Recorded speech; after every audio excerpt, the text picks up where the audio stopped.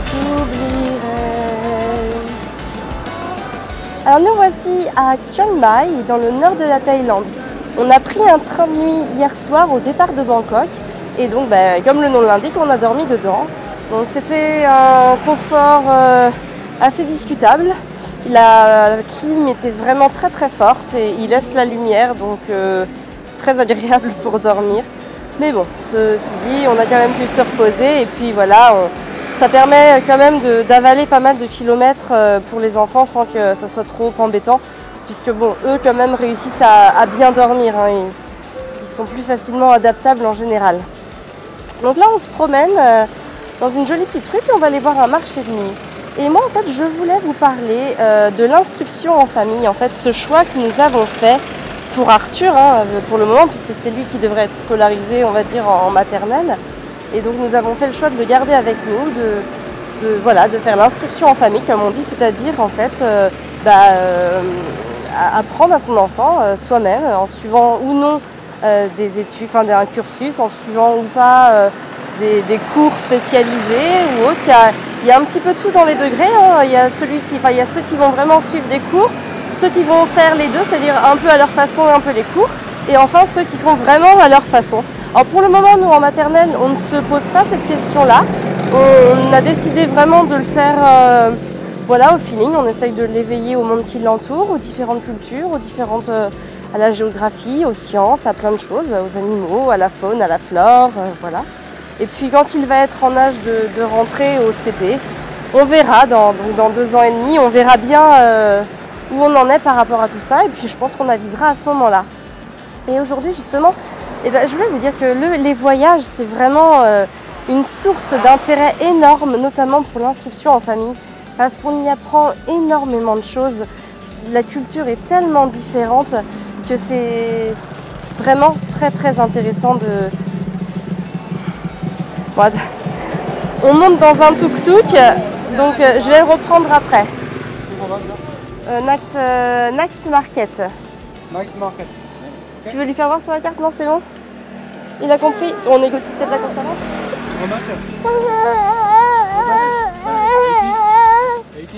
80. Okay, for 80. Ok. Allez, on y va. Allez, hop. Hop là. Nous voilà dans le tuk-tuk. Enfin, tuk-tuk.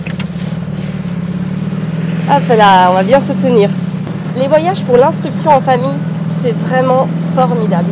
C'est riche et ça permet vraiment d'offrir à l'enfant un livre de géographie et d'histoire vivant. C'est un livre ouvert sur des cultures.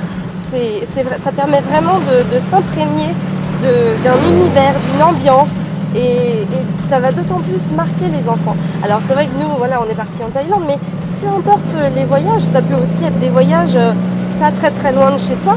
Il y a toujours quelque chose à visiter, il y a toujours un château, il y a toujours une exposition, il y a toujours des sites en fait à visiter et à rencontrer des gens avec qui discuter sur le savoir-faire.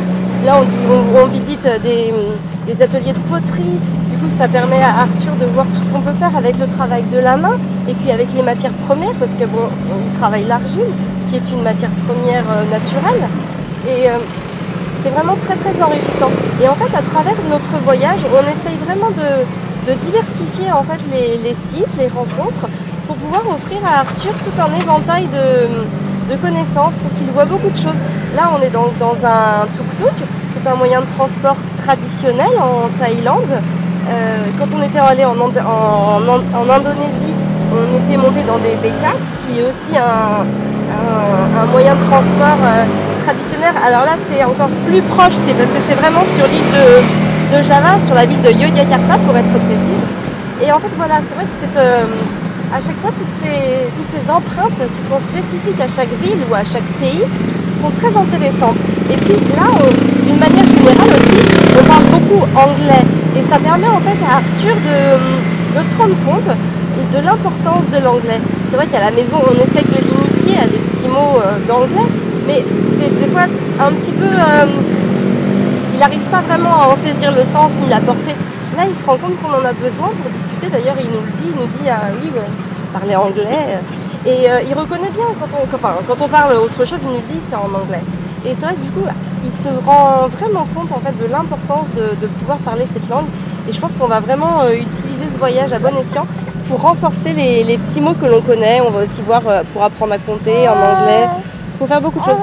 Et voilà, toute cette ouverture culturelle, en fait, ça éveille vraiment les intérêts. Alors, en amont aussi, il y a une préparation parce que géographiquement parlant, on parle du pays dans lequel on va aller. C'est-à-dire qu'on a pu apprendre les drapeaux. Là, on a fait donc le Vietnam et la Thaïlande.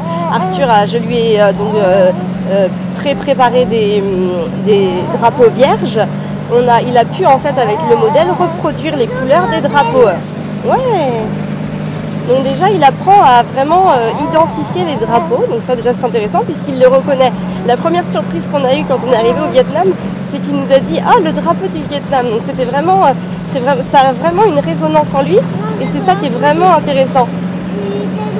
Et oui, et maintenant il reconnaît le drapeau de la Thaïlande, bien sûr, puisqu'on est en Thaïlande.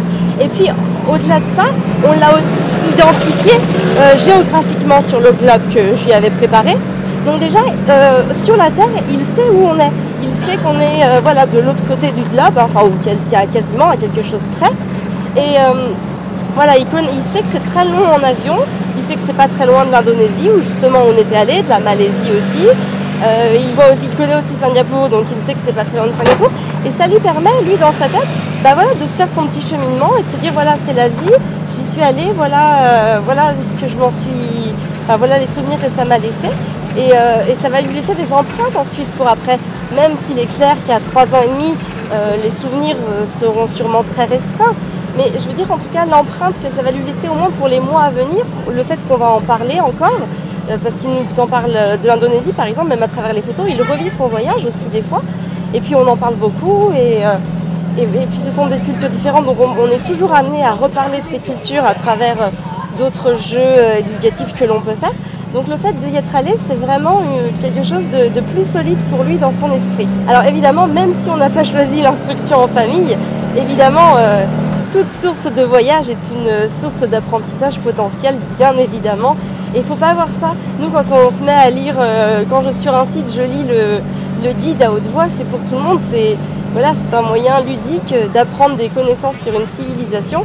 Et évidemment, on ne voit absolument pas ça comme une source d'apprentissage basique et théorique. Au contraire, c'est un enseignement vivant, comme j'aime l'appeler.